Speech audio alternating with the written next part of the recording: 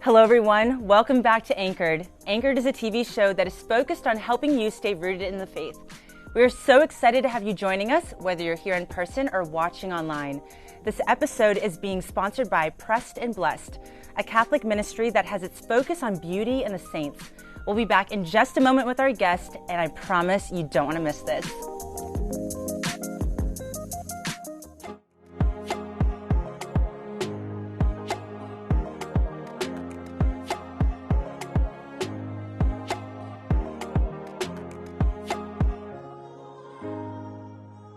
Welcome back, everyone. Today I'm joined with Fran Hansen, a good friend of mine. You may have also seen her on my ministry, A Message of Hope, but I'm so grateful that she's here in studio to talk with all of you today about fashion and her faith. Fran, thanks for being here. Of course, Monet. I'm so excited to be here. Such a proud friend moment. Thank you. And honestly, a lot of the inspiration of this set I drew from how beautiful your apartment is. Aww. So this definitely was inspired by you and your creative eye. Oh, so. I love it. Thank you. That's such a nice compliment. No, you're welcome. So can you introduce yourself to those? I know a lot of the audience members know you, but especially for those watching at home. Yeah, for sure. So my name is Fran.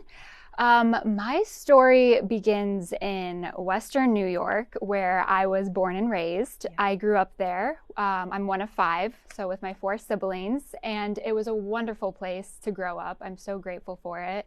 But when I was 18, I knew it was time to venture out and try something new. Sure. So I moved here to Boston and to continue my education through college. And now I have the privilege of living here and working here full time and just enjoy taking advantage of all the things the city has to offer, the faith life, the community, the friends, the culture, all of it. Thank God. I'm so glad. And, you know, today we are going to talk about fashion. Clearly, you know exactly how to dress well. Even your outfit today is absolutely beautiful. Thank you. Have you always had a love for fashion? You know, I have. So ever since I was a little girl, my amusement and creativity always revolved around fashion. And it truly became a hobby of mine. But as I've gotten older, I now see it as a total means of self-expression and how when we leverage this gift of personal style that we all have, we are taking a step into the person that God wants us to be. And that helps, energizes us and brings us confidence to go out and fulfill the mission that He wants for us. So yeah, my love has totally snowballed into something much deeper than just a fun hobby. But it's just, you know, when you can find God in everything that you love, it becomes more of a passion. That's great. And, you know, with one of our previous episodes, we sat down with Hope Harvard and we talked about makeup and the preparation that goes into really taking time to prepare yourself, the beauty that the Lord has given you, enhancing it. And I think the same thing can be true for fashion. So what is that process like, waking up in the morning? You know, what's the first thought, you know, maybe after saying a prayer of thanksgiving for another day? How do you, what's the workings in your brain with setting up your outfits for each day? Definitely. Well, presenting yourself in the best manner is always like at the upfront of my mind, you know, every day. It helps boost my energy and my work ethic in work. So for me to take the time to invest in getting nice clothes, taking the time each morning to do my hair and put on a nice outfit, it truly helps the rest of my day flow in order. And again, it helps with energy and my confidence. I see a difference in everything that I do. It's more purposeful. Yes. And even you make me think, so I went to Catholic school all my life, all the way through college. And so it really wasn't until after senior year of high school that I didn't have a uniform. But I remember in high school, and for those of you who go to Catholic school, you know, when you had dress down days, that's like freaking out moment of like, what do I wear? Yeah. But I remember I would like walk in with sweatpants, and even our teachers would say, all of your attitudes and like work ethic and how well you behave in class has shifted and changed. You're no longer these well-behaved students who are dressed well. Now our outfits mirrored our actions. So it definitely, yeah. there is a correlation with what you wear and how that drives your work and how you act on either in school or in the workforce. Yes, 100%. So who has, I think of my mother. She has been in fashion and now she's a hairstylist. She has been the driving force of my fashion and my inspiration. Who is the person, maybe your mom, who has inspired you and your fashion style? Yeah, I mean, I think all of the women in my life have truly touched and helped for me to be the woman that I am now. So I look back at my grandma, on both sides, my Nana and my Kiki, and their timeless style. I mean, obviously a whole different generation, but how that timeless classic style transcends. And I'm wearing pieces that my grandmother wore when she was my age, just because the way she shopped and that she knew just getting more tailored classic looks, going for that versus the trends.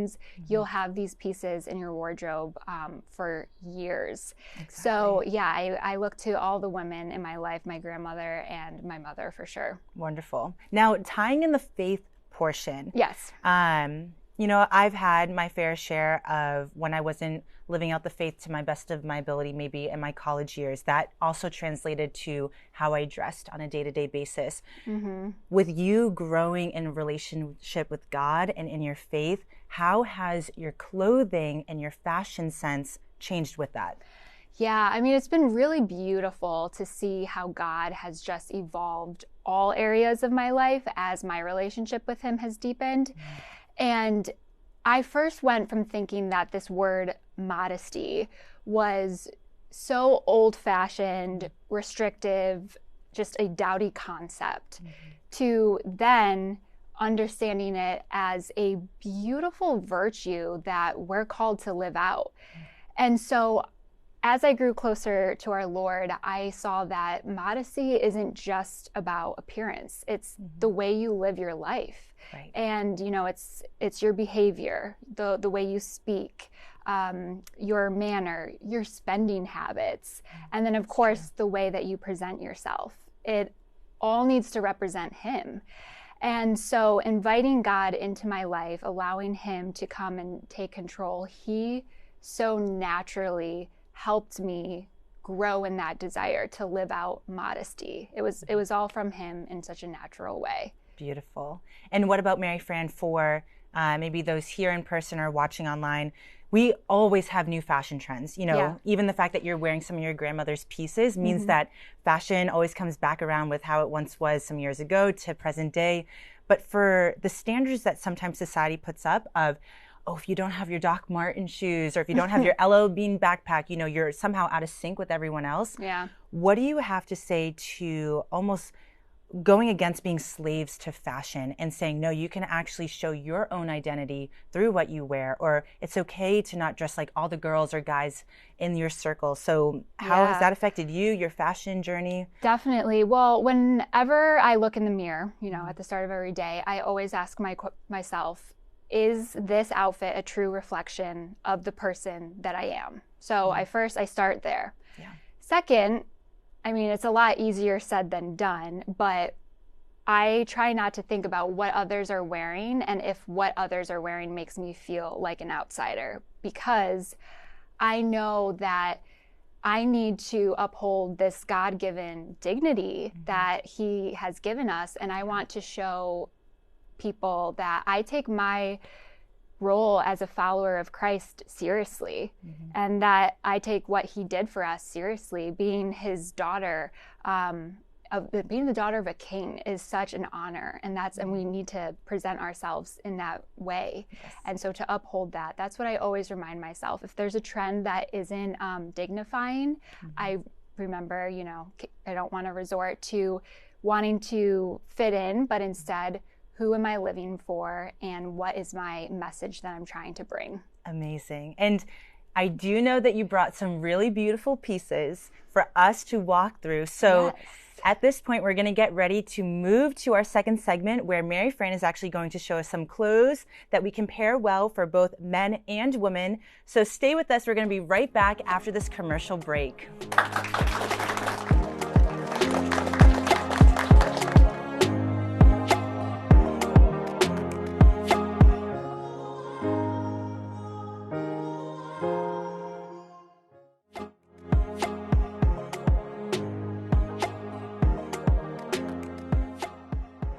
Welcome back, everyone. Thanks for sticking with us. We are in our second segment for this episode. We are going to be walking through with Mary Fran some outfits for us to take home, both for the men, for the women, and Mary Fran, take it away. Of course. So today I wanted to share with you some tips and tricks on how to find your personal style, because everyone has it.